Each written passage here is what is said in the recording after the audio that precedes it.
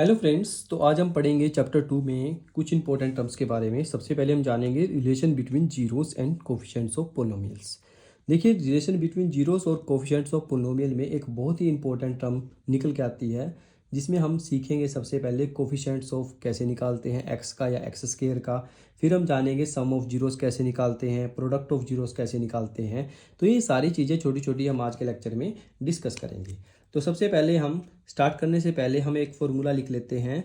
देखिए, हमारे पास जो क्वाड्रेटिक इक्वेशन होती है उसकी जो जर्नल इक्वेशन होती है उसे हम बोलते हैं a x square plus b x plus c is equal to 0। तो ये हमारे पास जर्नल इक्वेशन होती है क्वाड्रेटिक की। इसमें हमारे पास देखिए जो कोफिशिएंट्स है एक्स स्क्वेयर का कोफिशिएंट कितना है, यहाँ पे लिख लेते हैं हम एक्स स्क्वेयर का कोफिशिएंट। कोफिशिएंट कितना है इसमें एक्स स्क्वेयर का, वो है ए। और x का कोफिशिएंट कितना है हमारे पास, b। और जो कांस्टेंट टर्म वो होती है जिसके साथ x नहीं है, उसे हम बोलते हैं c। तो ये वैल्यूज़ आपको पता होनी चाहिए कि कोफिशिएंट्स ऑफ एक्स स्क्वायर किसे बोलते हैं, कोफिशिएंट ऑफ x किसे बोलते हैं, और कांस्टेंट टर्म क्या होती है। एक्स स्क्वायर कोफिशिएंट a है, x का कोफिशिएंट है b, और जो कांस्टेंट है जिसके साथ x नहीं है उसे हम बोलते हैं कांस्टेंट, तो उसको हम बोलते हैं c। तो ये तीनों चीज़ें आपके क्लियर हो गई हैं। अब हम सबसे पहले यहाँ पे लिखते हैं, दो फॉर्मूले यहाँ पे डिस्कस करेंगे। सबसे पहले लिखेंगे सम ऑफ जीरोस का फॉर्मूला। सम ऑफ जीरोस का फॉर्मूला हमारे पास होता है, माइनस का साइन लगाएंगे सबसे पहले, फिर लिखेंगे कोफिशिएंट ऑफ एक्स। ठीक है, सबसे पहले लिखेंगे कोफिशिएंट ऑफ एक्स और नीचे लिखेंगे कोफिशिएंट ऑफ एक्स स्क्वायर। ठीक है, ये फॉर्मूला हमारे पास होता है सम ऑफ जीरोस का। अब इसके नीचे एक और फॉर्मूला लिखेंगे, that is product of zeros.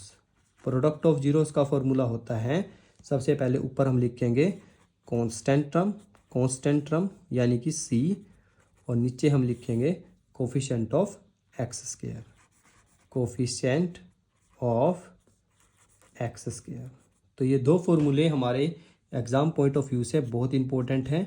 यहाँ से क्वेश्चन भी पूछा जाता है पेपर में, सम ऑफ जीरोस का और प्रोडक्ट ऑफ जीरोस के बारे में। किसी भी टाइप से वो क्वेश्चन पूछे आप इसको आसानी से कर सकते हैं। बस आपको ये दो फॉर्मूले पता होने चाहिए। जो कोफिशिएंट्स की बात है वो मैंने आपको पहले ही बता दी, कोफिशिएंट्स कैसे निकालते हैं और उसको हम किस टाइप से, ठीक है, क्वेश्चन के अंदर अप्लाई करेंगे। चलिए, इससे रिलेटेड हम एक क्वेश्चन ले लेते हैं ताकि उससे आपको थोड़ा सा आसानी से समझ में आ जाए।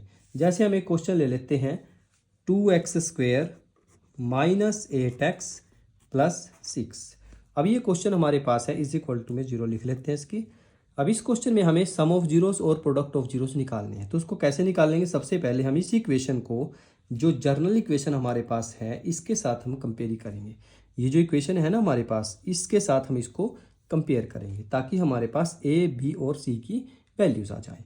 तो चलिए इसको इसके साथ कंपेयर करेंगे। तो हमारे पास यहाँ पे इसको एक बार मैं लिख लेता हूँ, ax square b x plus c is equal to 0।